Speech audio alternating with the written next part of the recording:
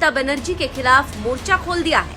उसमें जादवपुर की सांसद सयानी घोष का नाम भी शामिल है। अगर ये खबर सही साबित होती है तो ये सिर्फ एक सांसद की बगावत नहीं होगी, ये ममता बनर्जी के राजनीतिक परिवार में हुई सबसे दर्दनाक टूटन मानी जाएगी। क्योंकि सयानी घोष कोई साधारण नेता नहीं है, वो उन चुनिंदा चेहरों में से थीं जिन्हें ममता बनर्जी ने खुद आगे बढ़ाया, जिन पर हार के बाद भी भरोसा किया, जिनके राजनीतिक भविष्य को खुद अपने हाथों से गढ़ा। लेकिन अब सवाल उठ रहा है कि आखिर ऐसा क्या हुआ कि दीदी की सबसे भरोसेमंद सिपाही बगावत के रास्ते पर चल पड़ी। कहानी की शुरुआत होती है सिर्फ 2 दिन पहले। 8 जून को सयानी घोष ने सोशल मीडिया प्लेटफॉर्म एक्स पर एक पोस्ट किया। पोस्ट में उन्होंने जादवपुर स्टेशन रोड पर चलाए गए बुलडोजर अभियान की कड़ी आलोचना की। उन्होंने लिखा कि ये कार्रवाई दिल तोड़ने वाली और अन्यायपूर्ण है। पूरे राज्य में फेरी वालों को हटाने का अभियान हजारों गरीब परिवारों को उनकी रोजी रोटी से वंचित कर रहा है। बिना पूर्व सूचना के हटाना गलत है और पुनर्वास को लेकर सरकार की चुप्पी गंभीर सवाल खड़े करती है। ये बयान इसलिए महत्वपूर्ण था क्योंकि ये विपक्ष की तरफ से नहीं आया था।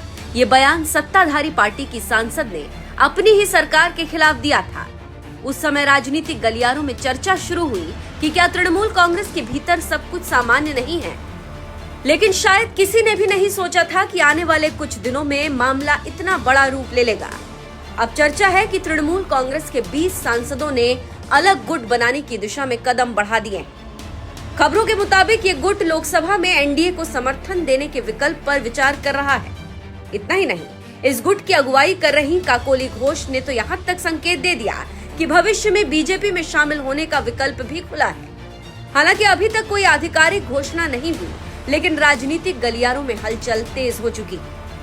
सबसे ज्यादा हैरानी सयानी घोष के नाम को लेकर हो रही है, क्योंकि यही वो नेता थी जिन्हें कभी ममता बनर्जी की राजनीतिक उत्तराधिकारी तक कहा जाने लगा था। 2021 के विधानसभा चुनाव में जब तृणमूल कांग्रेस और बीजेपी के बीच सीधी लड़ाई चल रही थी, तब सयानी घोष ममता बनर्जी के सबसे आक्रामक प्रचारकों में शामिल थी। उनका वो गीत आज भी लोगों को याद है। एक बार छेड़े दे नौका माझी जाबो मोदीना, आमार हृदय माझे काबा नयने मोदीना।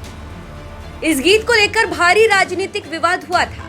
विपक्ष ने आरोप लगाया था कि चुनाव को धार्मिक आधार पर ध्रुवीकृत करने की कोशिश की जा रही है।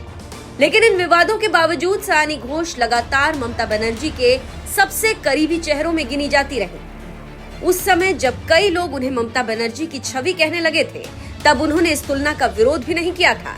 उन्होंने कहा था कि अगर वो ममता बनर्जी की पार्टी में हैं, तो लोग उन्हें नरेंद्र मोदी या किसी और नेता जैसा नहीं, बल्कि ममता बनर्जी जैसा ही देखेंगे। उन्होंने कहा था कि उन्हें खुशी है कि लोग उनमें ममता की झलक देखते हैं, क्योंकि वो भी उनकी तरह जमीन से जुड़ी और सरल रहना चाहती हैं। यानी एक समय ऐसा था जब सयानी घोष सार्वजनिक मंचों से ममता बनर्जी को अपना राजनीतिक आदर्श बताया करती थी। लेकिन आज वही ममता क्यों बुरी हो गई? फिर आया विधानसभा चुनाव का परिणाम। चुनाव में हार के बावजूद ममता बनर्जी ने सयानी घोष का कद कम नहीं किया। उल्टा उन्होंने पार्टी के पुनर्गठन के दौरान उन्हें युवा तृणमूल कांग्रेस की कमान सौंप दी। ये फैसला साफ संकेत था कि ममता बनर्जी उन्हें पार्टी का भविष्य मानती हैं।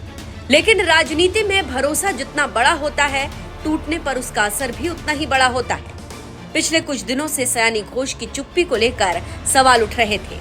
पार्टी के भीतर बैठकों का दौर चल रहा था। सोमवार को हुई कई महत्वपूर्ण बैठकों के बाद राजनीतिक अटकलें और तेज हो गई। लेकिन किसी को अंदाजा नहीं था कि जिस नाम को तृणमूल कांग्रेस की नई पीढ़ी का चेहरा माना जाता है, वही नाम संभावित बागियों की सूची में सामने आ जाएगा। अगर ये बगावत वास्तविक रूप लेती है तो इसका असर सिर्फ संसद की संख्या तक सीमित नहीं रहेगा। ये ममता बनर्जी की नेतृत्व क्षमता, पार्टी पर पकड़ और तृणमूल कांग्रेस के भविष्य को लेकर भी बड़े सवाल खड़े करेगा। क्योंकि जब विरोधी दल का नेता बगावत करता है तो वो राजनीतिक घटना होती है, लेकिन जब परिवार का सबसे भरोसेमंद सदस्य ही विद्रोह कर दे तो वह राजनीतिक संकट बन जाता है। और आज पश्चिम बंगाल की राजनीति उसी मोड़ पर खड़ी दिखाई दे रही है। अब सबकी नजर ममता बनर्जी पर है। क्या दीदी इस बगावत को रोक पाएंगी? क्या सयानी घोष वास्तव में तृणमूल कांग्रेस छोड़ने वाली है?